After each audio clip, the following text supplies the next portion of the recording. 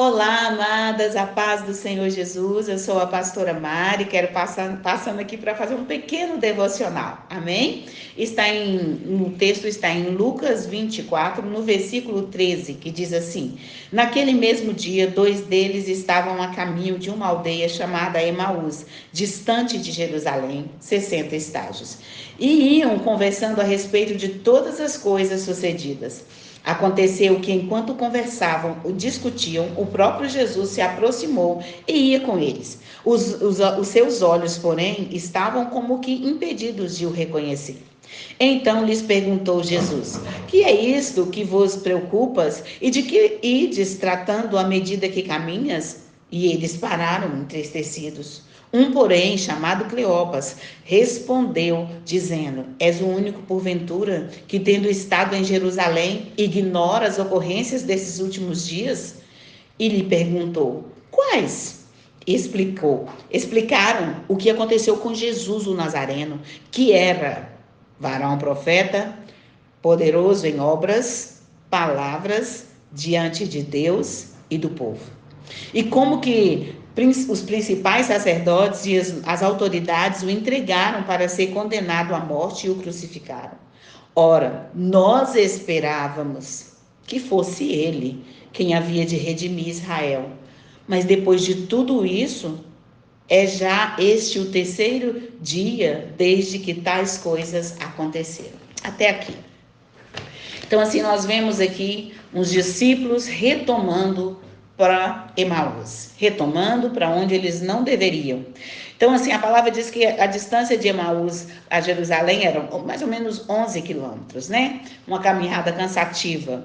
E para nós situarmos melhor, eu gostaria até de dizer para vocês que também o significado Emaús é um lugar que, com certeza, era um lugar que significava muito para os discípulos. Era um lugar que rapidamente aconteceu as coisas difíceis, eles já olharam, vamos voltar para Emaús.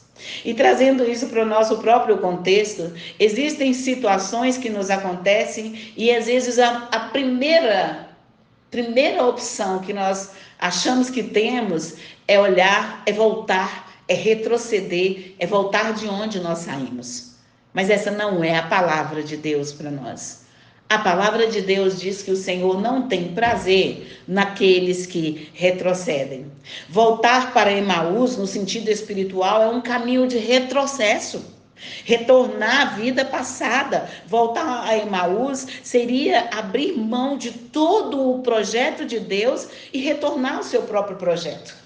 E nós precisamos ter cuidado com isso, porque circunstâncias desfavoráveis não significa falta de propósito de Deus.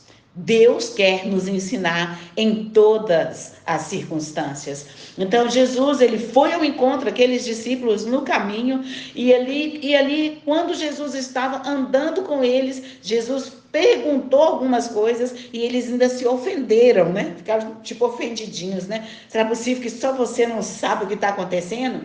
Os discípulos no caminho de Emaús estavam cegos, apesar da proximidade com Jesus. E conversavam no caminho, e creio que sobre a prisão, o julgamento, o Cristo morreu, nossa, não imaginei que esse homem ia morrer. Eles estavam na estrada da fuga, a despeito das várias evidências da ressurreição. Mesmo tendo informações sobre a ressurreição de Cristo, eles combinaram e retomaram para Emaús. Emaús faz parte do seu passado, mas não é lugar de retorno. Deus quer que nós caminhemos em novidade de vidas. O significado de Emaús é riacho quente. É como se fossem as águas, né?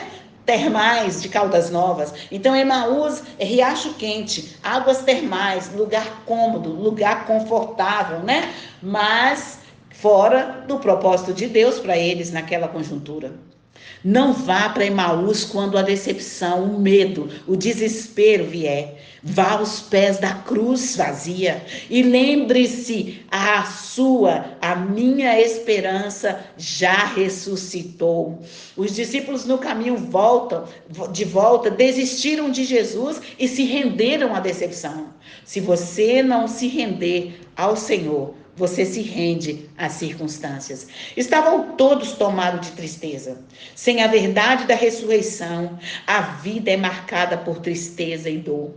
A esperança é minada.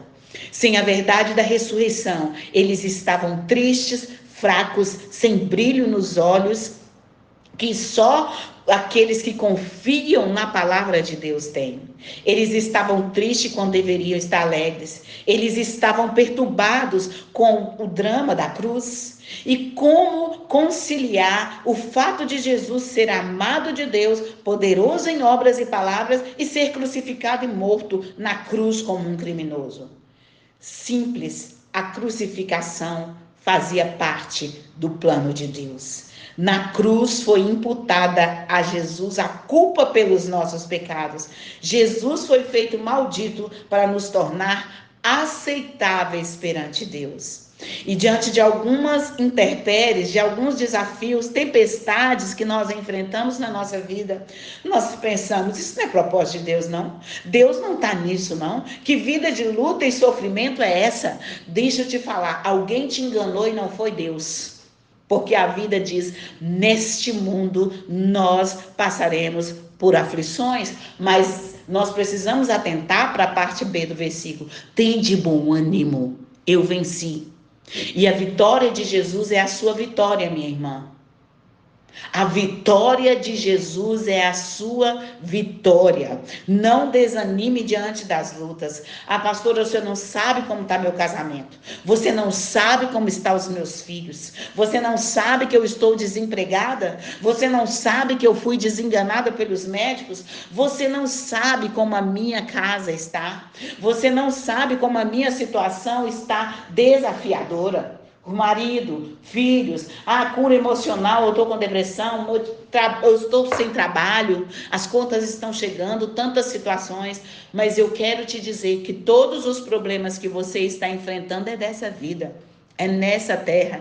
Mas eu estou aqui, pastora, mas não deixe que as coisas terrenas tirem os seus olhos do que é eterno.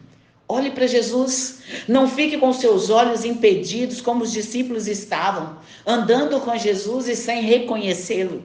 Jesus é a fonte, Jesus está com você. Os olhos dos discípulos estavam fechados, mesmo ouvindo o testemunho dos irmãos e das mulheres. Jesus havia falado, eu vou ressuscitar ao terceiro dia, mas nem isso alegrou o coração dos discípulos, porque em meio às lutas, nós somos suscetíveis a agarrar as lutas e soltar as promessas.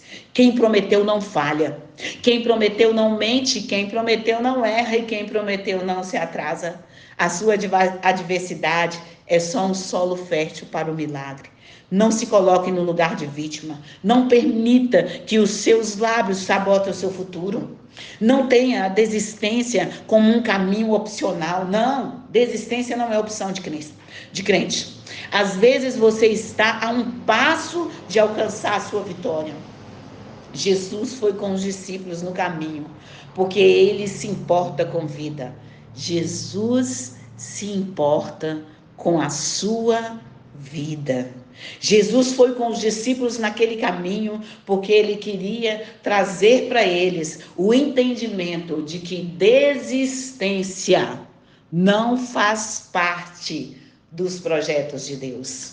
Ele busca aqueles que estão desistindo. Ele busca aquele que perdeu a esperança. A esperança de restauração dos seus filhos, a esperança da restauração da sua família, a esperança da restauração do seu casamento, da sua finança, da sua saúde. Deus vem nessa hora ao seu encontro.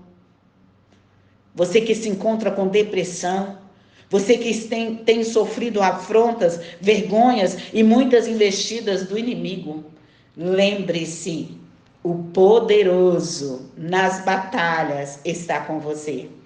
Permaneça em Jerusalém.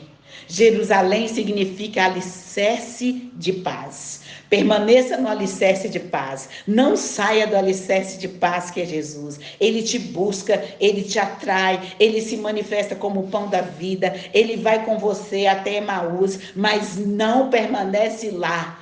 Ele quer você no lugar de paz. Ele quer você em Jerusalém. Ele quer você no lugar da presença dele. Jesus vai ao encontro dos discípulos no caminho da desistência. Jesus se aproxima com um propósito: levá-los de volta a Jerusalém. Não permita que as circunstâncias ou decepções façam com que você se preocupe tanto como se Deus estivesse morto. Deus está vivo. Deus está vivo e está vendo o que você está passando. Lembre-se que Emaús para nós hoje significa dar um passo para trás, um retrocesso, um recuo. Esquecer é abrir mão das promessas de Deus e de tudo aquilo que Ele tem para nós. Emaús não é solução do nosso problema. Devemos enfrentar nossa Jerusalém naquele momento em que era um dos lugares mais desafiadores para os discípulos estar. Havia soldados romanos cercando para matar, para destruir. A esperança e a restauração vai ao encontro da desistência no caminho de Emaús. Jesus foi ao encontro dos discípulos. No caminho de Emaús, Deus trata as nossas tristezas. Desabafe com Jesus. Abra o seu coração, examine as escrituras, volte para Jerusalém. Jesus, durante todo o caminho, ministrou as escrituras. Jesus está vivo, o túmulo está vazio, ele é o vencedor. Vá para Jerusalém, onde o túmulo está vazio, mas cheio de esperança, pois ele ressuscitou. Jesus te fortalece hoje, restaura a sua fé e a sua esperança. Senhor Deus Todo-Poderoso, no nome de Jesus, eu coloco a vida de cada uma das minhas irmãs aqui nessa hora. Injeta fé no coração de cada uma delas, do que elas estão enfrentando, Pai. E muitas vezes elas olham e o desejo é de voltar para Emaús, o desejo é de se acomodar, é de depor armas, é de desistir, é de dar vazão à decepção, a tantas situações. Mas eu clamo ao Senhor nessa tarde, Espírito Santo, vivifica o coração, a mente, o espírito das minhas irmãs, vivifica a tua palavra, as tuas promessas, para que, como os discípulos do caminho de Emaús, que elas possam declarar.